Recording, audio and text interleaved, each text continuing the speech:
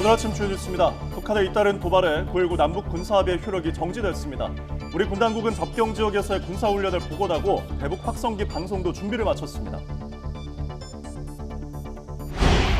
경북 포항 영일만 앞바다에 최대 140억 배럴 규모의 석유와 가스가 매장돼 있을 가능성을 제기한 미국 분석업체 고문이 오늘 한국을 방문합니다. 아브레우 박사는 방한 기간 중 기자회견을 열고 평가 관련 내용을 설명할 예정입니다. 대형 개신교 교단에 소속된 교회에서 교회 재산인 사택이 특정 목사에게 넘어간 정황이 드러나 경찰이 수사에 나섰습니다.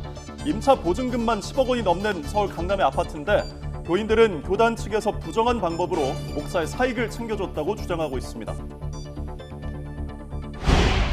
신혼부부 등을 상대로 고액의 카드 결제를 유도한 뒤 잠적한 결혼 예복업체 대표에 대해 경찰이 수사에 나섰습니다.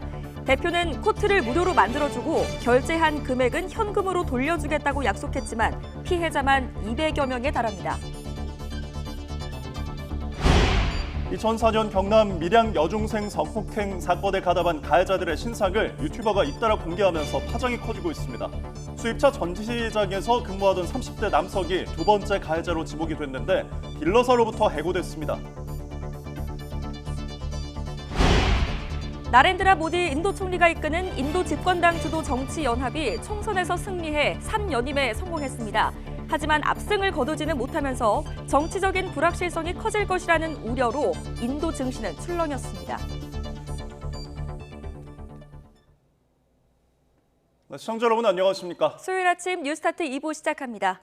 윤석열 대통령이 9.19 남북 군사합의 전부의 효력을 정지하는 안건을 제거했습니다. 정부가 이를 북한에 통보하면 합의 효력이 즉시 정지되며 이후에는 군사분계선 일대 군사훈련과 대북 확성기 방송 재개 등이 가능해집니다.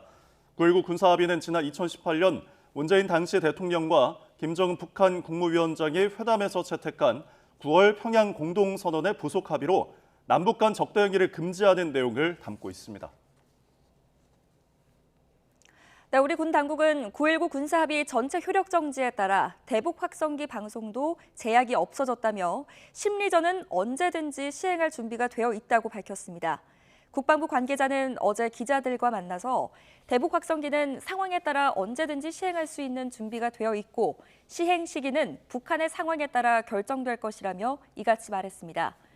대북 확성기는 최전방 지역 24곳에 고정식으로 설치돼 있었고 이동식 장비인 차량도 16대가 있었지만 2018년 4월 판문점 선언에 따라 고정식은 철거돼 창고에 보관 중이고 차량은 인근 부대에 주차된 상태입니다.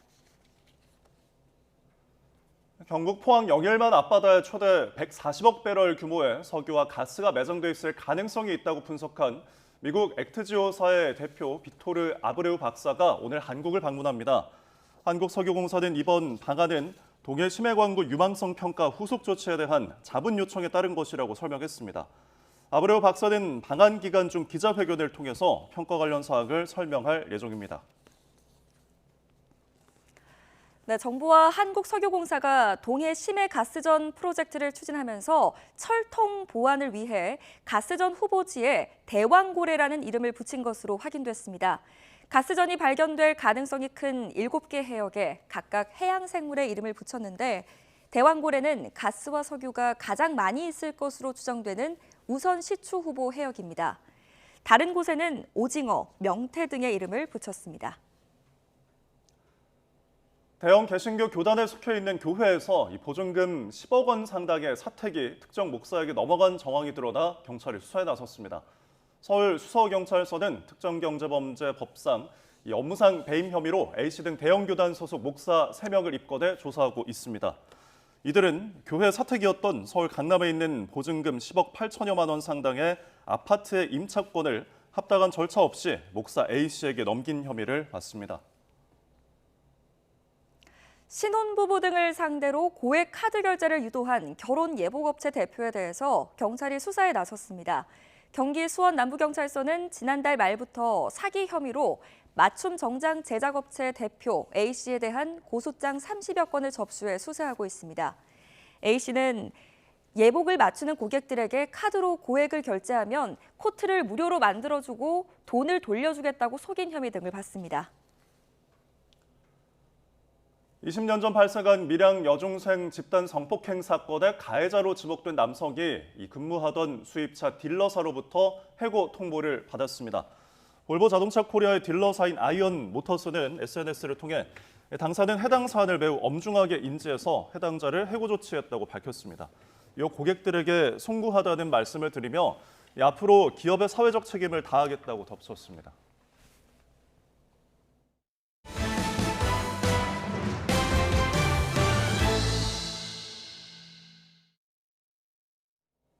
네, 정부가 9.19 남북 군사합의의 효력을 중지하면서 최전방에서의 군사훈련이 전면 재개될 걸로 보입니다. 각 군이 지침에 따라 훈련 계획을 세울 예정인데 앞으로 어떻게 달라지는지 조용성 기자가 보도합니다. 지난해 11월 말 해병대의 서북도서 훈련 장면입니다. 적의 상륙을 저지하는 K1 전차가 바다가 아닌 산을 향해 불을 뿜습니다. 하지만 지난 1월에는 상황이 바뀌었습니다. 이번에는 전차의 포신이 바다를 향해 불을 뿜습니다. 9.19 남북 군사합의로 바다를 향해 쏘지 못했지만 2달 뒤에는 북한의 도발에 대응해 정상훈련에 들어간 것입니다. 앞으로는 군사합의 효력이 완전히 정지되면서 이 같은 실질적인 최전방 훈련이 전면 재개됩니다. 9.19 군사합의에 의해 제약받아온 군사분계선 서북도서 일대에서 우리 군의 모든 군사활동을 정상적으로 복원하는 것입니다. 이에 따라 군사분계선 5km 안에서 상대방을 겨냥한 각종 군사연습을 중지한 조항과 군사분계선 인근 상공 동부지역 40km, 서부지역 20km까지 비행 금지 구역으로 설정한 조항 모두 효력을 잃었습니다.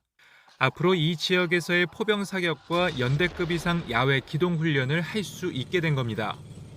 또 북방한계선 인근 해군 함정의 기동과 포사격도 가능해졌고 비행 금지 구역도 사라져 감시 정찰 활동도 활발해질 전망입니다. 없어지기 때문에 군사적인 차원에서 보면 남북 간의 긴장 수위는 계속 높아질 수밖에 없는 그런 또 우려를 할 수밖에 없는 대목이라고 봐야 되겠습니다. 군 당국은 완충 장치가 사라져 긴장이 고조될 것이라는 우려에 북한은 9.19 합의 이후에도 도발을 계속해왔다며 효력을 정지하고 대비 태세를 갖추는 게 위기 고조를 예방하는 측면이 있다고 밝혔습니다. YTN 조용성입니다. 경북 포항 영일만 앞바다의 석유가스 매장 가능성을 분석한 미국 액트지오사의 대표 아브레우 박사가 오늘 한국에 입국합니다. 석유공사의 자문 요청에 따른 방안인데 기자회견을 통해 직접 평가 관련 내용을 설명할 예정입니다. 보도에 이지은 기자입니다. 경북 포항 영일만 앞바다에 최대 140억 배럴 규모의 석유가스가 매장돼 있을 가능성이 있다고 분석한 미국의 액트지오사. 정부는 액트지오를 이렇게 평가했습니다. 액트지오라고 하는 세계적으로 아주 전문성이 뛰어난 이 지질 탐사 전문 기업이 있는데 액트지오의 대표를 맡고 있는 아브레오 박사는 남미 가이아나 탐사에 참여한 인물로 엑슨모빌의 지질그룹장 출신입니다. 지금 같이 일하고 있는 팀들은 전 세계에서 이 지질 탐사에 관련돼서는 가장 뛰어난 전문성을 가지고 있는 사람들이고요. 가이아나에서도 미개발 지역에서 이걸 발견을 해냈던 그런 경험을 갖고 있는 분입니다. 아브레오 박사는 오늘 오전 11시쯤 인천공항에 도착할 예정입니다. 한국석유공사의 자문 요청에 따른 방안으로 기자회견을 통해 직접 평가 관련 사항을 설명하게 됩니다. 액트지오의 전문성을 둘러싸고 논란이 일자 석유공사는 아브레오 박사는 액트지오의 소유주라면서 대외적으로는 고문 또는 컨설턴트로 활동하고 있다고 밝혔습니다. 또 액트지오사는 2016년 설립 뒤 가이아나와 볼리비아 등에서 여러 주요 프로젝트 평가를 맡았다고 설명했습니다. 상주 근무와 관련해서는 다양한 경력의 전문가들이 프로젝트 단위로 협업하는 구조라고 덧붙였습니다. 이런 가운데 정부와 석유공사가 이번 프로젝트를 추진하면서 철통 보완을 위해 붙인 이름도 공개됐습니다. 우선 시추 후보 해역은 대왕고래, 다른 곳은 오징어와 명태로 명명됐습니다. 세계적인 해양 시추 업체인 노르웨이 시드릴과 시추선 사용 계약을 맺은 정부는 대왕고래에서 본격적인 탐사 시추에 나설 계획입니다. YTN 이지은입니다.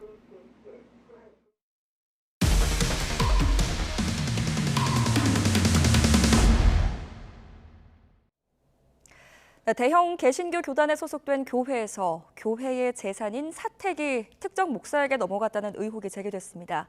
임차 보증금만 10억 원이 넘는 집인데 경찰이 목사들을 상대로 수사에 나섰습니다. 유세연 기자가 단독 취재했습니다. 서울 강남에 있는 아파트입니다. 교인이 150만 명에 달하는 것으로 알려진 대형 개신교 교단 소속 교회의 사택인데 임차 보증금만 한 채당 10억 원에 달합니다. 그런데 일부 교인들은 지난해 수상한 정황을 포착했습니다. 당시 담임 목사였던 A씨가 사택에 살고 있었는데 임차권이 돌연 교회에서 A씨에게로 넘어간 겁니다. 우리 성도들이 헌금을 해서 마련한 그 교회 재산을 지키는 것은 또 우리 성도들의 도리인데 교회 그 사택으로 등기가 돼 있었던 건데 그 교회 재산인데 이것이 말소가 돼버린 것이기 때문에 심지어 당시 A씨는 이미 교회 안에서 금품 수수 등 관련 비리로 징계를 받고 담임 목사직에서 내려온 뒤였습니다. 교인들은 곧바로 문제를 제기했지만 교회 지도부의 대응은 황당했습니다. 긴급 당회를 열고 사택에 대한 권리를 전부 포기하겠다고 결의한 겁니다. 결국 교회 재산이 순식간에 A씨에게 넘어가게 된 상황. 일부 교인들은 법원의 결의 효력을 정지해달라는 가처분까지 신청했고 지난해 6월 법원은 합당한 절차가 없었다고 판단하며 이를 받아들였습니다. 하지만 문제는 여기서 끝나지 않았습니다. 같은 날 교단 선교비를 관리하던 다른 목사 B씨가 10억 8천여만 원을 A씨가 소속된 교회에 송금한 겁니다. 사택 전세 보증금과 정확히 일치하는 금액이었습니다. 외환을 전도 선교하는 그런 목적. 근데 그거를 뭐 특정 그 사건이 터진 거에 대해서 그 임차 보증금을 쓰도록 그 액수까지 맞춰서 하는 그런 선교비란 그런 선교관이 있을 수가 없는 거죠. 교단 측은 당시 각종 의혹으로 A씨가 퇴임해야만 하는 상황이라 위로금 명목으로 사택 임차권을 이전했다고 설명했습니다. 또 선교비는 해당 교회의 요청으로 보낸 거라고 덧붙였습니다. 그러나 교인들은 의문이 풀리지 않았다며 교단 측에서 부정한 방법으로 A씨의 사익을 챙겨준 거라고 주장하고 있습니다. 경찰은 A씨를 비롯한 목사들을 불러 조사하는 등 수사를 이어가고 있습니다. YTN 유서연입니다. 네, 한 양복점의 대표가 손님들에게 고액의 카드깡 결제를 제안해서 허위로 매출을 올려놓고 든 가게 문을 닫고 사실상 잠적을 해버렸습니다. 결제한 금액을 현금으로 돌려준다는 약속과 함께 무료로 코트를 제작해준다고 피해자들을 꼬드겼습니다. 경찰이 수사에 착수했습니다. 표정우 기자입니다. 지난해 결혼을 앞두고 경기 수원의 한 맞춤 정장 업체에서 예복을 맞춘 30대 김모 씨. 업체 대표로부터 뜻밖의 제안을 받았습니다. 신용카드로 고액을 결제하면 공짜로 코트를 주는 이벤트를 진행하고 있다며 참여를 권유한 겁니다. 결제한 금액만큼 현금을 돌려준다는 약속도 받았습니다. 그렇게 큰 돈은 없다. 다른 고객님들의 영수증을 다 보여주셨어요. 이렇게 결제가 됐고 이렇게 취소가 된 내용이고요.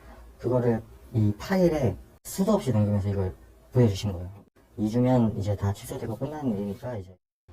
김 씨는 별다른 의심 없이 3천만 원을 결제했고 며칠 뒤 코트와 돈을 돌려받았습니다. 문제는 이후부터 시작됐습니다. 결제가 제대로 되지 않았다는 등의 이유를 대며 여러 차례 카드깡을 계속 부탁받은 겁니다. 업체 대표는 점점 돈을 늦게 돌려주더니 지난해 3월엔 아예 주지 않았습니다. 심지어 최근 세무조사에서 카드깡이 적발돼 문제가 생겼다며 자신과 함께 불이익을 당하고 싶지 않으면 추가로 3,700만 원을 입금하라는 협박까지 하고 나섰습니다. 국세청 횡령 쪽으로 문제가 발생해서 지금 되게 굉장히 난처한 상황입니다라고 하시길래 와이프는 사장님한테 울면서 막 따졌어요. 신경 쓰이게 하냐, 이제 그만 끝내달라 하면서 이제. 김 씨와 비슷한 상황의 피해자들은 수백 명에 달할 것으로 추정됩니다. 피해자들이 대응을 위해 자체적으로 만든 SNS 대화방에는 이미 200여 명이 넘게 모였습니다. 피해액은 각자 수백만 원에서 수천만 원에 이릅니다. 저도 지금 당장 다음 주에 청구되는 카드 요금이 5,600만 원이에요. 결혼이 얼마 안 남은 사람들이니까 얼마 남지 않은 그 조급한 마음을 노려가지고 한 것 같아요. 해당 업체는 지난달 말 이후 문을 닫고 영업을 멈춘 상태입니다. 취재진이 입장을 듣기 위해 여러 차례 연락을 시도했지만 업체 대표는 아무런 응답도 하지 않았습니다. 피해자들의 고소장이 쏟아지며 경찰도 수사에 착수했습니다. YTN 표정호입니다. 2004년 경남 밀양 여중생 성폭행 사건에 가담한 가해자들의 신상을 유튜버가 잇따라 공개하면서 파장이 커지고 있습니다. 주동자가 일했던 식당은 불법 건축물로 드러나 영업을 중단했고 수입차 전시장에서 일해왔던 두 번째 가해자는 하루 만에 해고당했습니다. 권민석 기자입니다. 2004년 경남 밀양 고등학생 44명이 울산 여중생 1명을 집단 성폭행한 사건의 가해자 신상을 파헤친 유튜버는 지난 1일 주동자인 38살 박모 씨가 경북 청도군 맛집으로 소문난 식당에서 일하고 있다고 폭로했습니다. 백종원 더본코리아 대표가 2년 전 식당을 방문했을 당시 직접 음식을 서빙하기도 했습니다. 손이 떨려서 낯설어요. 친척인 박 씨를 채용한 건 죄가 아니라고 항변했던 식당은 감춰왔던 실상이 탄로나고 말았습니다. 식당 지적도를 조회한 결과 건축물 대장이 없다며 일부 누리꾼이 제기한 의혹이 사실로 드러난 겁니다. 청도군청은 불법 건축물로 확인돼 즉각 원상복구 시정명령을 내렸다며 식당 측이 불응할 경우 추후 이행강제금을 부과할 거라고 밝혔습니다. 이행강제금 한 번만 부과한 게 아니라 이게 계속해서 원상복귀를 안 하게 되면 매 해마다 한 번씩은. 박 씨의 동갑내기 친구로 집단 성범죄에 가담했다는 두 번째 가해자 신상도 추가로 공개됐습니다. 유튜버는 38살 신모 씨가 이름을 바꾸고 경남 김해시 수입차 전시장에서 딜러로 일해왔다고 저격했습니다. 현재는 외제차 3대를 보유하고 있고 주말에는 골프를 치는 등의 업체 측은 2021년 말 신 씨를 고용할 당시 밀양 사건에 연루된 사실을 전혀 알지 못했다고 해명했습니다.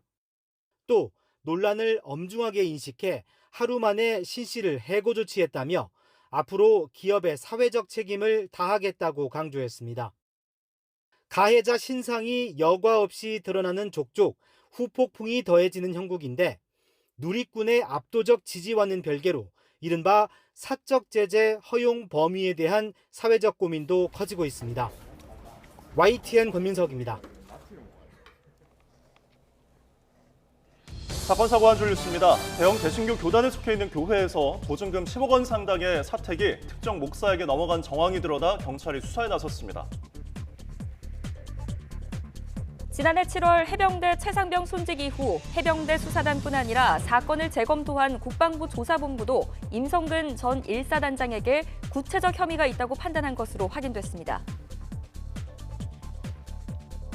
이재용 삼성전자 회장의 부당합병 혐의 사건을 맡은 2심 재판부가 당분간 새 사건을 맡지 않기로 했습니다.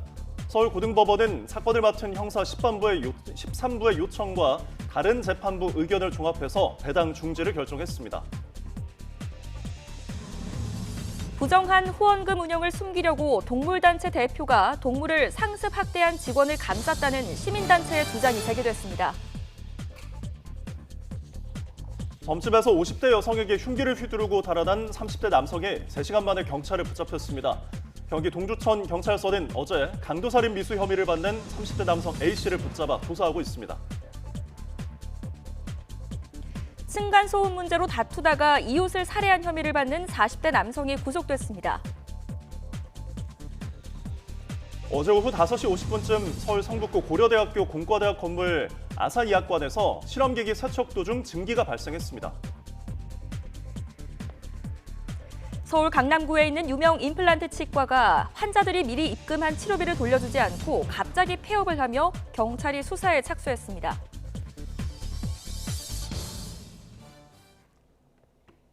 네, 울산에서 중앙선을 넘어 후진하던 화물차가 옆 차선에서 달리던 트럭과 부딪혀 트럭 운전자가 숨졌습니다. 경기 의정부시에서는 아파트 단지 입구에서 승용차가 인도로 돌진하며 초등학생들이 다치는 아찔한 사고가 있었습니다. 사건 사고 소식 조수연 기자입니다. 1톤 트럭 전면 유리창이 산산이 부서졌습니다. 다리 주변에 세워진 화물차 짐칸에선 커다란 철판이 튀어나와 있습니다. 어제 오후 5시 반쯤 울산 울주군 다리에서 60대 남성이 몰던 화물차가 옆 차선에서 정상 주행하던 트럭과 부딪혔습니다. 이 사고로 트럭 운전자 40대 남성이 화물차에 실린 철판에 맞아 숨졌습니다. 경찰은 화물차 운전자가 갓길에 차를 세우려 후진하다가 중앙선을 침범해 사고가 난 것으로 보고 있습니다. 비상등을 켜고 정차한 차량 앞에 오토바이 한 대가 옆으로 쓰러져 있습니다. 서울 영등포구 서부간선도로 신정교 부근에서 오토바이가 철거 공사 중이던 가로등과 통신줄을 들이받은 건 어젯밤 11시 40분쯤. 이 사고로 20대 오토바이 운전자가 의식을 잃고 병원으로 옮겨졌지만 결국 숨졌습니다. 재를 뒤집어써 온통 새카매진 SUV 차량. 운전석 문은 불에 녹아 차량 안이 훤히 다 보입니다. 서울 강남 순환고속도로 금천 요금소 근처에서 달리던 SUV 차량에 불이 났습니다. 불은 10분간 차량 한 대를 모두 태운 뒤 꺼졌는데 60대 남성 운전자는 급히 대피해 무사했습니다.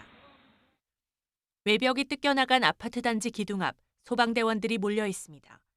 어제 오후 4시 40분쯤 경기 의정부시 아파트 단지에서 승용차가 인도로 돌진해 초등학생 3명이 크고 작은 부상을 입었습니다.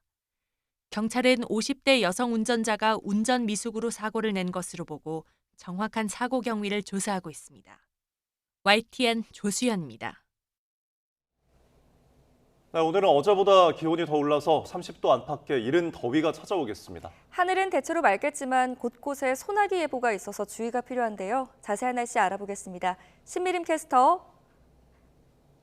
네, 기상센터입니다. 네, 나날이 더위가 강해지고 있네요.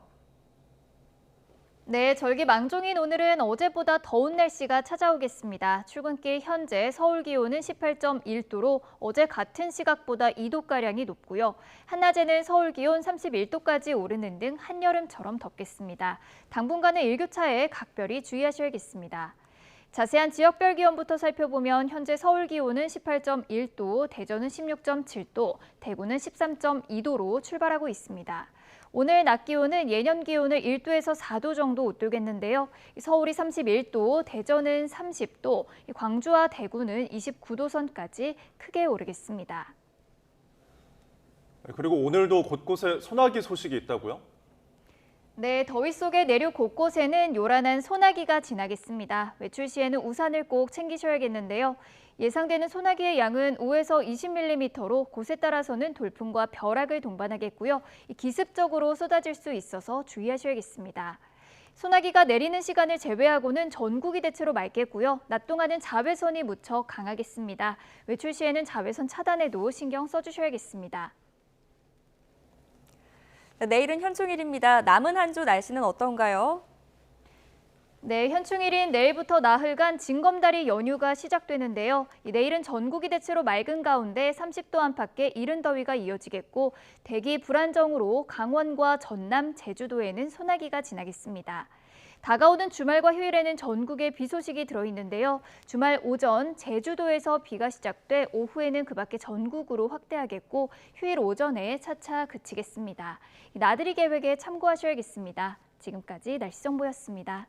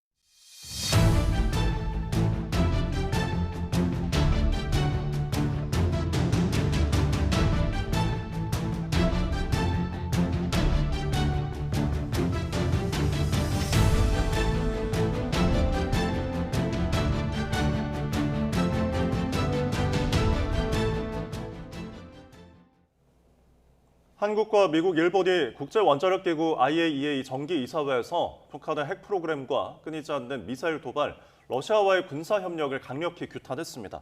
한미일 3국은 현지 시간 4일 오스트리아 빈 국제센터에서 열린 IAEA 정기이사회 공동발언에서 군사정찰위성 발사를 포함해 계속되는 북한의 탄도미사일 발사에 대해 심각한 우려를 표명한다며 이같이 밝혔습니다. 최근 북한의 대남풍선 살포와 GPS 교란 등 도발에 대응해서 우리 정부가 9.19 군사합의 효력 정지 결정을 내리는 등 강경 대응에 나서고 있습니다. 군사적 긴장감이 높아진 상황인데 접경 지역 주민들의 목소리를 김기수 기자가 들어보고 왔습니다. 해안가 주변 건물에 정막만 흐릅니다. 오가는 주민들이 종종 보이긴 하지만 팽팽한 긴장감이 감돕니다. 강화 평화 전망대에서 바라본 불과 2.3km 떨어진 북한의 모습입니다. 제 뒤로 보이는 곳이 바로 북한 지역입니다. 이곳 민통선 안에만 29개 마을이 있습니다. 우리 측 지역 역시 감도는 긴장감은 마찬가지입니다. 북한과 마주하는 접경 지역이다 보니 최근 잇단 북한 도발이 특히 남일 같지 않다는 게 주민들의 하소연입니다. 여기에 대북 확성기까지 다시 설치되면 북한이 어떻게 나올지 걱정부터 앞섭니다. 아무래도 뭐 여기 살다 보니까는 불안하고 대치 관계라가 뭐 터지지 않을까 그런 관계. 옛날 연평도 생각도 나고.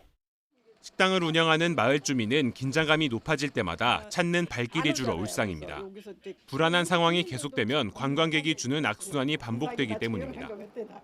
여기는 최전방이기 때문에 식당도 잘 안 되고 관광객들이 좀 불안해서 안 오는 편이에요.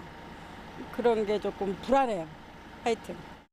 취재진이 만난 주민들은 대치 국면이 오래가지 않았으면 좋겠다면서도 북한이 도발을 멈춰야 안정적인 평화가 이어질 수 있다고 언급하기도 했습니다.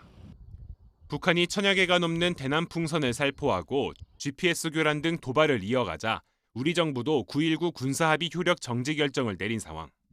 우리 군도 즉각적인 대처가 가능해지면서 군사적인 긴장감이 높아지고 있는 만큼 접경 지역 주민들의 불안과 걱정도 커지고 있습니다. YTN 김기수입니다. 22대 국회 전반기 국회의장단을 뽑는 본회의를 앞두고 정치권에선 전운이 감돌고 있습니다. 더불어민주당은 국회법대로 오늘 첫 본회의를 열고 모레까지는 원구성을 마무리하자는 입장이지만 국민의힘은 첫 단추부터 잘못 끼울 수는 없다며 회의 불참까지 검토하고 있습니다. 임성재 기자입니다. 22대 국회 첫 본회의를 하루 앞두고 민주당은 여당 의원이 모두 참석하는 온전한 회의를 열어야 한다는 입장을 분명히 했습니다. 국회법이 임기 시작 일주일이 되는 날 본회의를 열도록 규정하고 있는 만큼 평소 법과 원칙을 강조하는 국민의힘 역시 이에 따라야 한다는 겁니다. 이제 대화할 시간도 타협할 시간도 얼마 남지 않았습니다. 국회법이 관례보다 더 중요합니다. 그리고 더 우선입니다. 단순히 새 의장단 선출에 여당도 적극 임하란 뜻으로 비치지만 첫 회의에는 그 이상의 의미가 담겼습니다. 22대 국회 초반 최대 쟁점인 원구성이 달렸기 때문인데 국회법은 첫 본회의 3일 이내에 상임위원장을 선출하도록 돼 있습니다. 민주당이 공언한 오는 7일 상임위 구성 시한을 지키기 위해선 개의가 필수적인 겁니다. 반면 국민의힘은 야당의 시간표가 여야 간 합의된 의사일정이 아니란 점을 앞세우고 있습니다. 애초 6월 5일 본회의, 6월 7일 원구성은 강행 규정이 아니라 훈시적 조항일 뿐 합의 정신을 지키는 게 더 중요하다는 입장입니다. 야당이 일방적으로 의사일정을 강행하려고 한다면 본회의 불참 검토, 즉 보이콧까지 불사하겠다는 강경 기류까지 읽힙니다. 국회법을 다시 한번 읽어보시라. 국회법은 협의라고 쓰여 있지만은 기본적으로 합의에 의해서 합의 정신에 의해서 운영이 되도록 되어 있는 곳이다.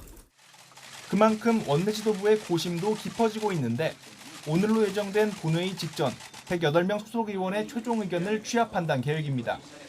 결국 여야가 모두 동의하는 회의가 열릴진 원구성 협상에 달린 셈인데 법안 최종 관문인 법사위와 대통령실을 담당하는 운영위의 위원장 자리를 둘러싼 의견차는 좀처럼 좁혀지지 않는 분위기입니다. 국회의장과 법사위원장은 동전의 앞뒷면과 같습니다.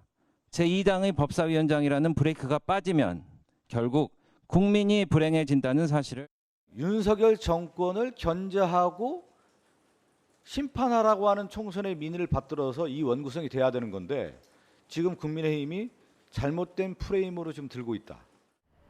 여야 원구성 협상은 본회의 직전까지 계속될 것으로 보이는데 끝내 견해차를 좁히지 못한 채 22대 국회가 반쪽짜리로 시작하는 건 아닌지 우려 섞인 전망도 나오고 있습니다. YTN 임성재입니다. 지난해 7월 해병대 최상병 순직 이후 해병대 수사단뿐만 아니라 사건을 재검토한 국방부 조사본부도 임성근 전 1사단장에게 구체적 혐의가 있다고 판단한 것으로 드러났습니다. 군사법원을 통해 제출된 국방부 조사본부의 중간 검토 결과 보고서를 보면 조사본부는 임 전 사단장이 물가에 내려가라고 지시를 하며 내려가는 사람은 가슴 정화를 신으라고 하는 바람에 최상병을 위험하게 했다고 판단했습니다. 신원식 국방부 장관은 자신이 국회 국방위원회 여당 간사였던 시기에 발생한 해병대 최상병 순직 사건에 관해 이종섭 당시 국방부 장관과 통화한 사실이 없다고 밝혔습니다.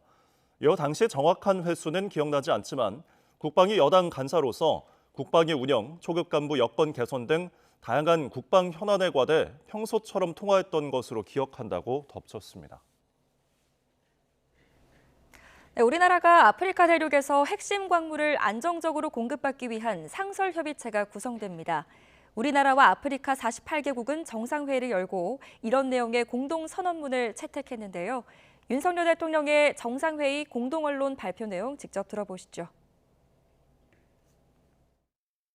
첫째, 한국과 아프리카 국가들은 경제 동반자 협정과 무역투자 촉진 프레임워크 체결을 통해 호혜적 교역과 투자 협력을 더욱 확대하여 동반 성장을 이루어 나가기로 했습니다.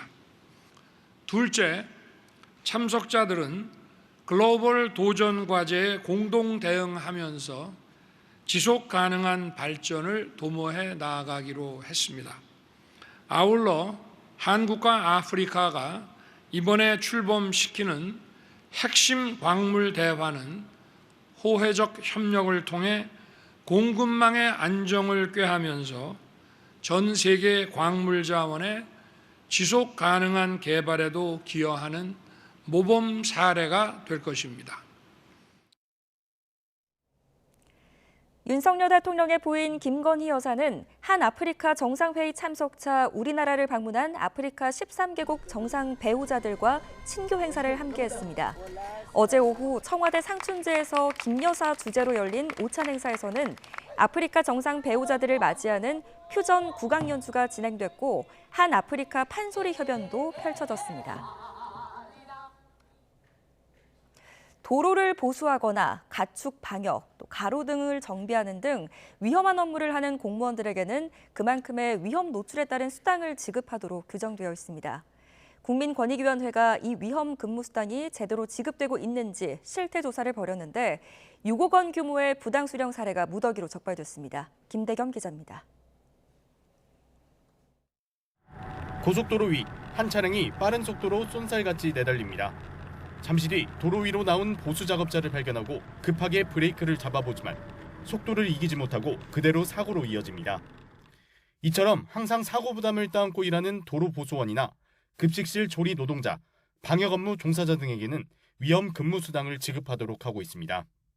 위험 대가로 국민 혈세를 투입해 지급하는 수당이지만 권익위 조사 결과 지난 3년여 동안 12개 지자체 940여 명이 수당을 부당하게 타는 것으로 확인됐습니다. 기관당 적게는 2천만 원에서 최대 2억 원까지 총 부당 수령 규모만 6억 2천만 원에 달했습니다.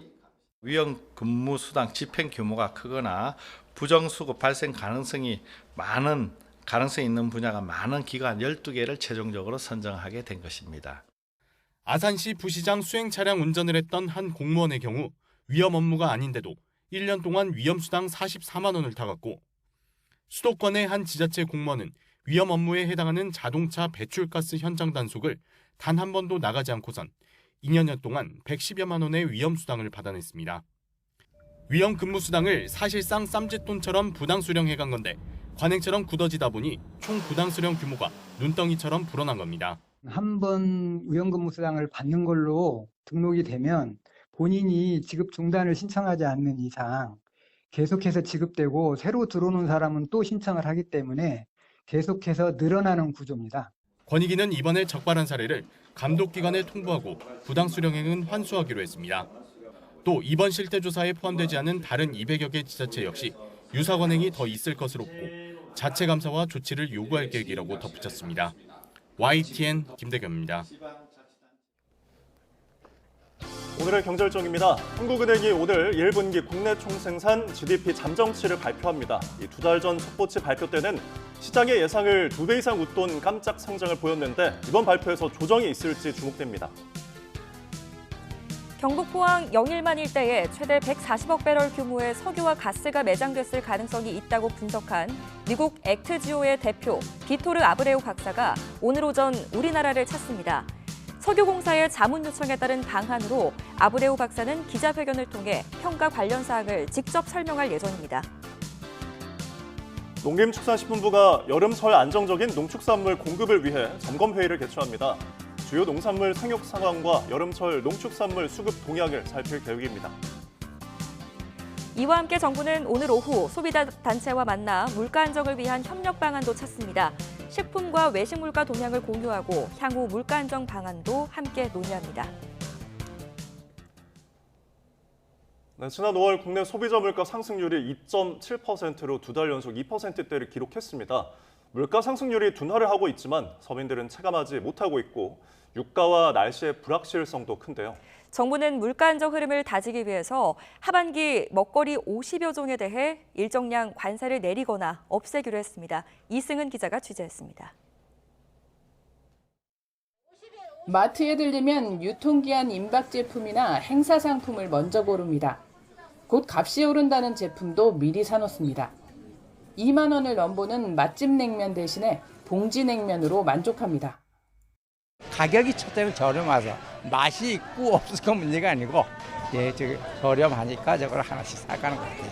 그렇고 냉면도 이제 요즘 여름이 돼서. 지난 5월 소비자 물가가 1년 전에 비해 2.7% 올라 2달 연속 상승세가 둔화했습니다. 하지만 농산물 물가가 19% 오르는 등 먹거리 물가 상승률이 높고 가공식품, 석유류, 공공요금도 들썩여 서민 체감도는 떨어집니다. 특히 정부가 싼 수입과일을 대량으로 풀고 있지만 신선과일 물가 상승률은 39.5%로 한 달 전보다 더 올랐습니다. 국산과일 가중치가 높고 기저효과에다 재고가 줄면서 값도 더 뛰었기 때문입니다. 배는 126% 넘게 올라서 역대 최고치를 기록했고 사과는 석 달째 80%대 상승률을 기록했습니다. 식료품과 에너지를 제외해 물가의 기조적 흐름을 보여주는 근원 물가 상승률은 2.2%로 둔화했습니다. 하지만 유가와 날씨 변수가 큰 데다 가공식품과 외식 가격 인상이 이어지고 있고 공공요금 인상도 대기 중입니다. 강도 높은 자구 노력 등을 통해 요금 인상을 최대한 자제하고 불가피한 경우 국민이 납득할 수 있는 수준으로 인상폭을 최소화하는 것이 국민에 대한 책무를 다하는 것입니다. 정부는 하반기 과일 28종은 물론 무 등 농산물과 식품 원료를 합쳐서 모두 51종에 대해 할당 관세를 적용할 계획입니다. YTN 이승은입니다. 최근 배와 사과값이 크게 오르면서 수입 과일 수요가 늘었는데요. 네, 그중에 수입 오렌지는 생과일로도 또 주스로도 많이 마시기 때문에 특히 수요가 많은 과일입니다. 그래픽으로 함께 만나보실까요? 자, 그런데 최근 국제 원자재 시장에서 오렌지 주스 원액 가격이 사상 최고치를 기록한 뒤에 가격이 떨어지지 않고 있습니다. 현지 시간 지난달 28일 농축 오렌지 주스 원액 선물 가격은 1파운드에 4.92달러로 최고 수준이었는데요. 이처럼 오렌지 주스 원액 가격이 오른 건 이상기후가 영향을 미친 것으로 보입니다. 이 오렌지를 주로 생산하는 나라는 브라질과 미국이 대표적이죠. 오렌지 생산국 2위 미국에선 플로리다 지역에 허리케인과 한파가 닥치면서 지난 2022년 말부터 오렌지 가격이 크게 오르기 시작했습니다. 네, 오렌지를 세계에서 가장 많이 생산하는 브라질 역시 상황이 좋지 않습니다. 평년보다 높은 기온에 비도 적게 내리고 고온 건조한 날씨가 생산에 영향을 미쳤습니다. 이렇게 오렌지 가격이 오르자 각국의 오렌지 주스 기업들도 비상입니다. 일본의 한 기업에서는 오렌지 주스 재고가 떨어지면 팔지 않겠다고 발표했는데요. 국내 기업들도 오렌지 주스 과즙 함량을 기존 100%에서 80%로 낮추고 주스 가격을 6% 넘게 올리기도 했습니다. 지구온난화와 이상기후 탓에 원재료 가격이 급등하며 밥상 물가를 끌어올리는 에그플레이션이 더 걱정되는 상황입니다.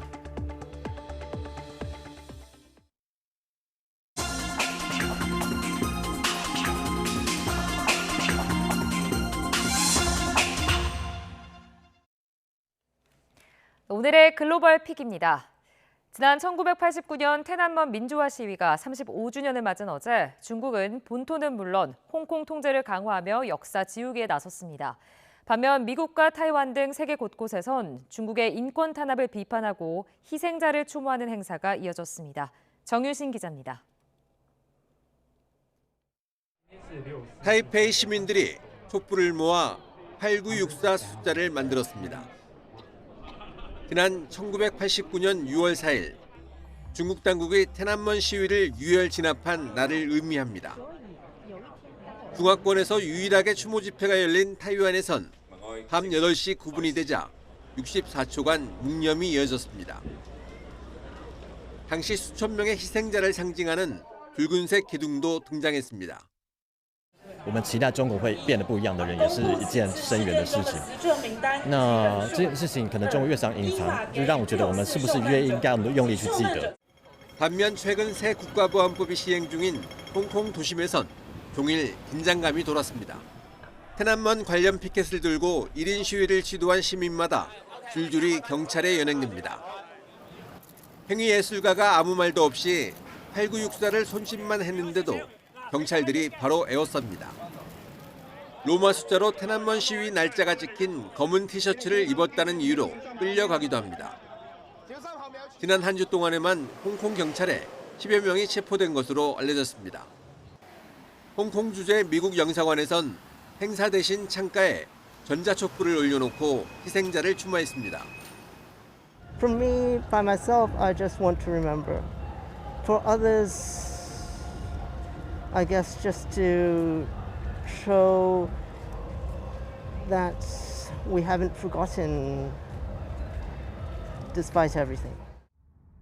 35년 전 그날 역사 현장인 중국 베이징 天安문 주변은 하루 종일 평온했습니다. 天安문 망루는 하루 종일 문을 닫고 관람객을 받지 않았고 광장 지하철역은 임시 폐쇄하고 검문 검색이 강화됐습니다. 시위 관련 검색은 금기가 된 지 오래됐고 35주년을 앞두고 프로필 사진 변경이 차단되는 등 온라인 통제까지 강화됐습니다. 对于上世纪80年代末发生的那场政治风波，中国政府早有明确结论。我们一贯反对任何人以此为借口攻击抹黑中国、干涉中国内政。 天安문을 지우려는 통제가 갈수록 심해지고 있지만 중국의 인권 탄압을 비판하고 희생자를 추모하는 국제사회 노력도 계속되고 있습니다. YTN 정유신입니다. 이탈리아에서 20대 세 친구가 폭우로 불어난 강물에 휩쓸려 2명이 숨지고 1명은 실종됐습니다. 사고를 당하기 직전 이들의 안타까운 모습이 담긴 영상이 공개됐습니다. 권영희 기자입니다. 급류가 흐르는 강 한가운데 세 친구가 꼭 껴안고 있습니다. 불어난 물이 허벅지까지 차올랐고 서로에게 의지해 강물에 휩쓸리지 않으려 온 힘을 다합니다. 하지만 빠르게 불어나는 강물을 이기지 못했습니다. 구조 헬기는 이들이 사라진 지 1분 뒤에 현장에 도착했습니다. 불과 7m 떨어진 강둑에 구조대원들이 있었지만 물살이 거세 손쓸 수가 없었습니다. 대원들은 밧줄을 던졌지만 실패했고 순식간에 눈앞에서 사라졌다고 밝혔습니다. 사고를 당한 이들은 친구 사이인 남성 1명과 여성 2명입니다. 구조당국은 사고 지점에서 1km 떨어진 곳에서 두 여성의 시신을 발견해 수습했습니다. 그러나 남성은 여전히 실종 상태입니다. 이들은 지난달 31일 이탈리아 북부 우디네 근처 나티소네 강을 따라 산책하던 중이었습니다. 강 가운데 있는 자갈밭까지 나갔다가 갑자기 불어난 강물에 고립되며 변을 당했습니다. 이탈리아 북부에서는 지난 2주 동안 계속된 폭우로 피해가 잇따랐습니다. YTN 권영입니다. 남아프리카 공화국 동부에서 폭풍으로 최소 22명이 숨졌다고 현지 매체가 보도했습니다. 현지 재난 당국에 따르면 동남부 이스턴 케이프주 넬슨 만델라 베이 지역에서 폭풍우와 홍수 등으로 최소 11명이 숨지고 2,000명이 대피했습니다. 동부 콰줄루 나탈주 더반과 그 주변에서도 폭풍우로 지금까지 최소 11명이 숨지고 120명의 이재민이 발생했다고 주 정부는 밝혔습니다. 독일 남부지방 홍수로 5명이 숨지는 등 인명피해가 늘고 있습니다. 현지 언론에 따르면 경찰이 4일 바이에른주에 침수된 차량에서 여성 시신 한 구를 추가로 수습해 이번 홍수로 확인된 사망자 수는 5명으로 늘었습니다. 독일 남부에는 지난주 후반부터 시간당 최대 100mm 안팎의 폭우가 쏟아지면서 라인강과 도나우강 유역을 중심으로 피해가 속출하고 있습니다.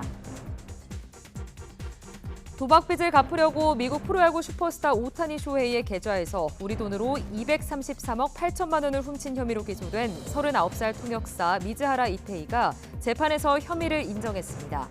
외신에 따르면 미즈하라는 캘리포니아주 센타이나 연방법원에서 열린 형사재판에서 검찰이 기소한 혐의를 모두 시인했습니다.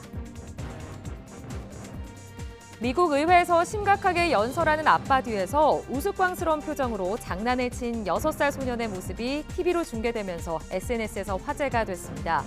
현지 시각 3일 진지한 표정으로 의회에서 도널드 트럼프 전 대통령 옹호 발언을 하고 있는 공화당 소속 로즈 의원의 모습이죠. 그런데 생중계한 현장의 연설대 뒤 의자에는 로즈 의원의 6살 아들이 앉아 있었습니다. 아빠의 연설이 시작되자 어린 아들은 눈을 크게 뜨고 혀를 내밀면서 장난스러운 표정을 짓는가 하면 손짓 연기까지 선보이는 장면이 TV 중계 화면에 잡혀 SNS에서 화제가 됐습니다. 네덜란드 관광객이 이탈리아 남부 고대 로마 유적에 자신의 서명을 그려 넣었다가 붙잡혔습니다. 휴가를 맞아 이탈리아 남부를 여행 중이던 이 남성은 프레스코화 위에 지워지지 않는 검은색 매직펜으로 그라피티를 그렸습니다. 이후 유적지 공원에 근무하던 직원이 낙서를 발견해 당국에 신고했고 이탈리아 경찰은 작품을 훼손한 혐의로 27세 네덜란드 남성을 붙잡았습니다. 지금까지 글로벌 픽이었습니다.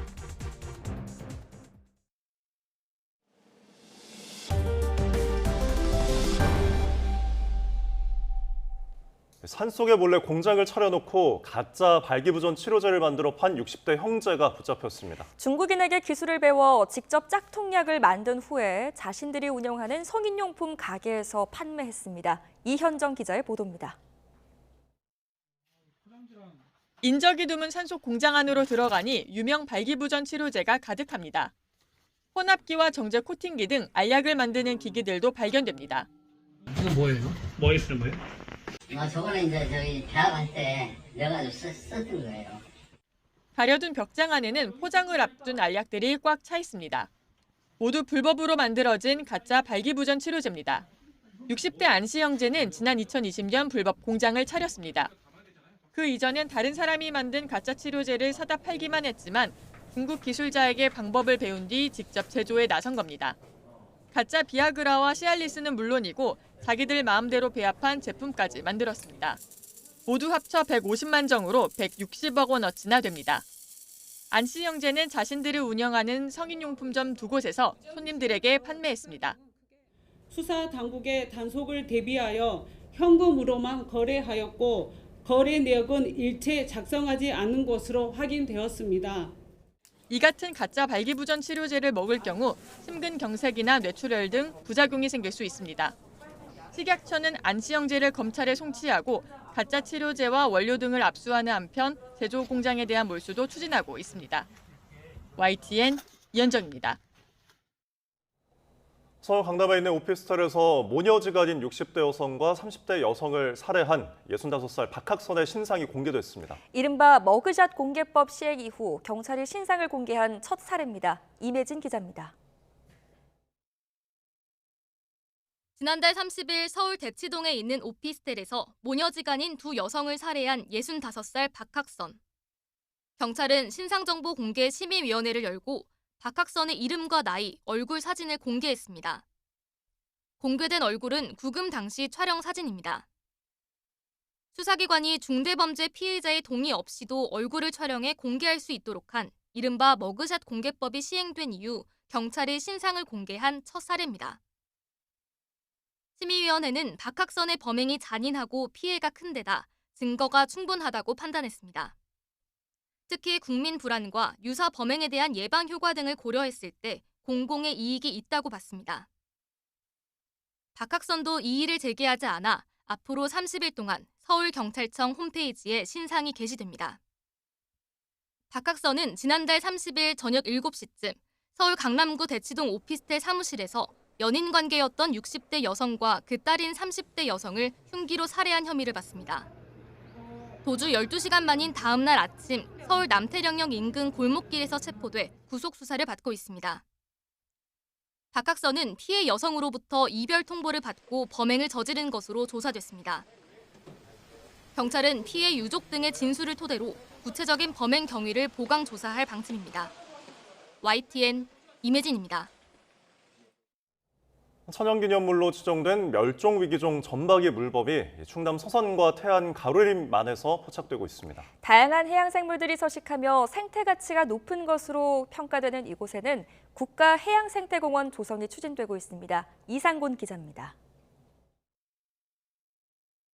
모래토비에 누워 육중한 몸매를 자랑하고 다른 한 마리는 고개만 내민 채 바다를 유유히 헤엄칩니다. 드론이 가까이 다가가자 순식간에 바닷속으로 모습을 감춥니다. 멸종위기 해양보호생물이자 천연기념물인 점박이 물범이 올해도 충남 서산과 태안 가로림만에서 포착되고 있습니다. 주로 백령도 인근에 서식하는 점박이 물범은 가로림만에서도 매년 10마리 정도가 발견되고 있습니다. 한 번 찾은 서식지에 대한 충성도가 높아 겨울에 중국에서 번식한 뒤 다시 돌아오는 것으로 추정됩니다. 최대로 관측한 개체 수는 2018년과 2021년 7월에 각각 11마리로 최대 개체 수를 확인하였습니다. 서식지 선호도와 관련된 환경적인 조건이나 먹이 자원의 풍부도 등에 대한 연구가 필요할 것으로 생각됩니다. 가로림만은 국내 최초이자 최대의 해양생물 보호구역으로 지정돼 있습니다. 점박이 물범을 유일하게 육지에서 관찰할 수 있고 멸종위기종 등 다양한 해양생물이 갯벌에 서식해 생태 가치가 높은 지역으로 평가받습니다. 충청남도와 서산시는 이곳에 국가해양생태공원 조성 사업을 추진하고 있습니다. 정부의 예비타당성 재조사가 통과되면 점박이 물범 관찰관 등을 설치해 해양 생태계를 체계적으로 관리 보존해 나간다는 계획입니다. 점박이 물범 인공 쉼터를 만들어서 육안으로 쉽게 확인도 가능하고 서식 환경을 개선시켜 나가는 노력을 기울여 나갈 계획으로 있습니다. 가로림만이 점박이 물범 등 다양한 해양생물의 서식처로 주목받으면서 보존 가치를 높이려는 노력이 이어지고 있습니다. YTN 이상곤입니다. 돼지열병 항원에 오염된 백신이 제주에서 발견돼 방역당국이 긴급 수거에 나섰습니다. 제주도는 종돈장 한 곳에서 기르는 돼지 7마리에서 돼지열병 항체가 검출돼 긴급 조사한 결과 접종한 일본 뇌염 백신이 돼지열병 항원에 오염된 것을 확인했다고 밝혔습니다. 방역당국은 해당 백신이 제주시 양돈 농가에 9천여 병이 공급된 것을 확인하고 해당 제품 판매 중지와 회수 조치를 나섰습니다. 제주도는 도내 유통 중인 돼지용 백신 12종을 긴급 수거해 추가 오염 여부를 조사하고 정부에도 백신 제조업체에 대한 재발 방지를 요청했습니다. 네, 오늘 새벽 2시 50분쯤 충북 음성군 평택 제천고속도로 금왕휴게소 인근에서 평택 방향으로 달리던 25톤 시멘트 운송 차량에 불이 났습니다. 운전자가 갓길에 차를 세우고 스스로 대피해 다친 사람은 없었습니다. 불은 30여 분 만에 완전히 꺼졌습니다. 어제 오전 9시 40분쯤 서울 삼성동에 있는 숙박업소에서 기업 행사 참석을 위해 한국을 찾은 가나 국적의 남성이 숨진 채 발견됐습니다. 서울 강남경찰서는 가나 국적의 50대 남성 A씨가 숨진 걸 발견한 뒤에 수사에 착수했습니다. A씨는 코엑스에서 열리는 한 아프리카 비즈니스 상담에 참석하기 위해 한국을 방문한 가나 기업의 직원인 것으로 파악됐습니다. A씨는 사망 전 고열 증세를 보인 것으로 알려졌는데 경찰은 범죄 혐의점은 없다고 보고 정확한 사망 원인을 조사하고 있습니다. 축구 국가대표팀이 우리 시간으로 내일 밤 싱가포르와 월드컵 2차 예선 5차전을 치릅니다. 김도훈 임시감독 아래에서 어떤 경기력으로 어떤 결과를 가져올 것인지 관전 포인트를 짚어보겠습니다. 김동민 기자입니다.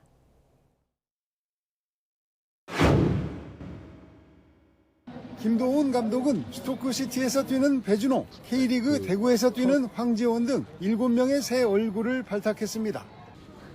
대표팀 새 얼굴들이 얼마나 기용되고 어떤 활약을 보여줄 것인지 주목됩니다. 대표팀 사령탑은 짧은 시간 동안 선수들의 기량을 최대한 끌어올려야 하는 자리. 새 얼굴과 기존 멤버를 잘 조화시켜 어느 정도의 시너지를 만들어낼 것인지 주목됩니다. 김민재와 조규성이 부상으로 제외됐지만 해외파는 여전히 대표팀의 주축입니다. 해외파가 감독을 믿을수록 팀의 전체적인 에너지가 최대한 올라갈 수 있습니다. 때문에 싱가포르전은 감독의 소통 능력과 지도력이 시험대에 올라가는 무대이기도 합니다. 빌드업을 기반으로 한 포지셔닝이 점점 중요해지고 있는 현대축구. 조직력을 유지하면서도 상황에 따라 유연하게 대응하는 팀들이 더 좋은 결과를 만들고 있습니다. 현장을 떠나 있던 김도훈 감독이 현대축구의 트렌드를 얼마나 따라갈 것인지도 지켜볼 부분입니다. 이번 두 경기는 포지셔닝과 그리고 밸런스 그리고 라인 브레이킹이라는 게임 플랜을 통해서 우리 경기를 할 수 있게끔 팬들에게 보여줄 수 있도록 준비하겠습니다. 대표팀은 싱가포르 원정을 마친 뒤 다음 주 화요일에는 서울에서 중국과 홈 경기를 치를 예정입니다. YTN 김동훈입니다. 네, 뉴스타트 3부 잠시 후에 이어집니다.